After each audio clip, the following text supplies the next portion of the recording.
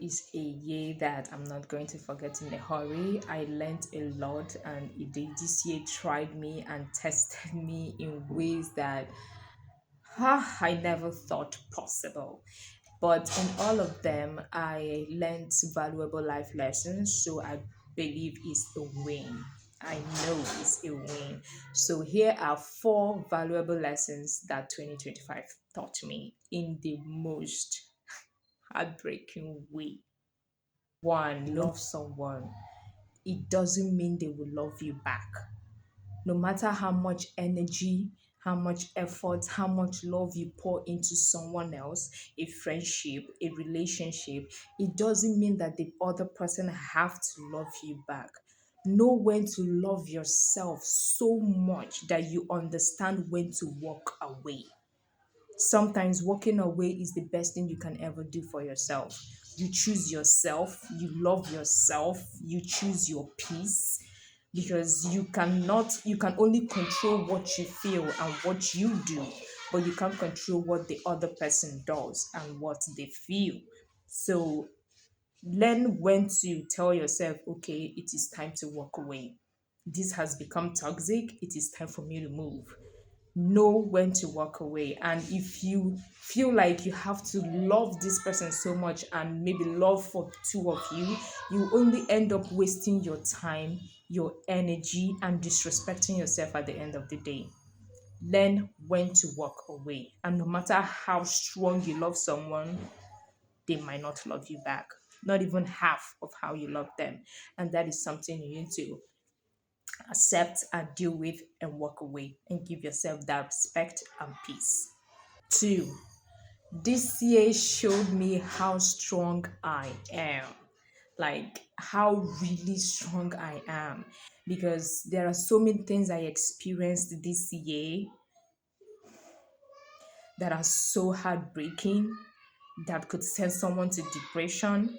But here I am, surviving, not just surviving, but I have successfully overcame all of them and still standing strong and living strong.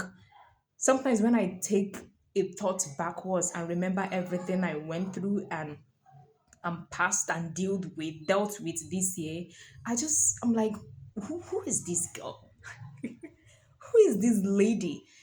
Because this year showed me that I am a strong woman, a very extremely strong woman. And that is something I'm thankful to God for. Now I am going into the next year not without any fear, because I know how strong I am. So I now know for sure that whatever life throws at me, I am capable of handling it. Three, this year showed me that you can't do life without God. If you're doing life without God, I don't know how you're doing it though.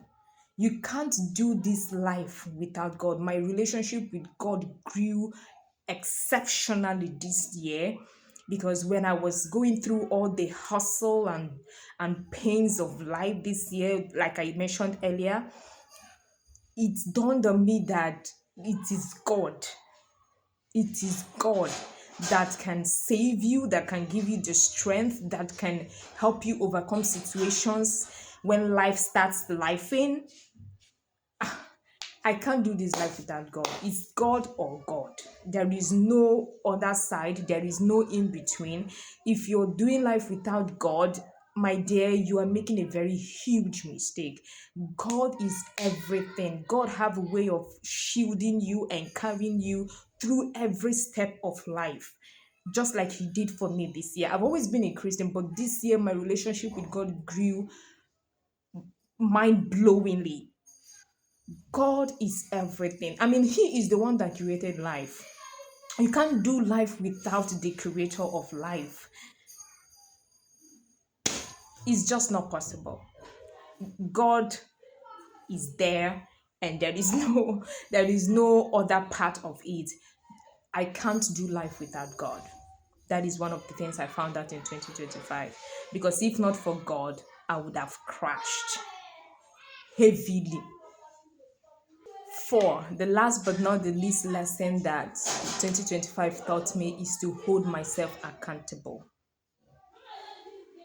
I know that when you're going through life, it's easier to point fingers. It's easier to put blame on everybody else but yourself. But my dears, holding yourself accountable for every action, for every situation, for every circumstance in your life, it is one of the best way to liberate yourself. It is one of the best way to heal and grow. It is one of the best way to have your peace in everything that happens. It's not always your village people, it's not always your parents, it's not always the other person. There is something you yourself contributed to that negative circumstances, either because of your lack of growth or your lack of self-control or your lack of emotional intelligence. There is something you contributed.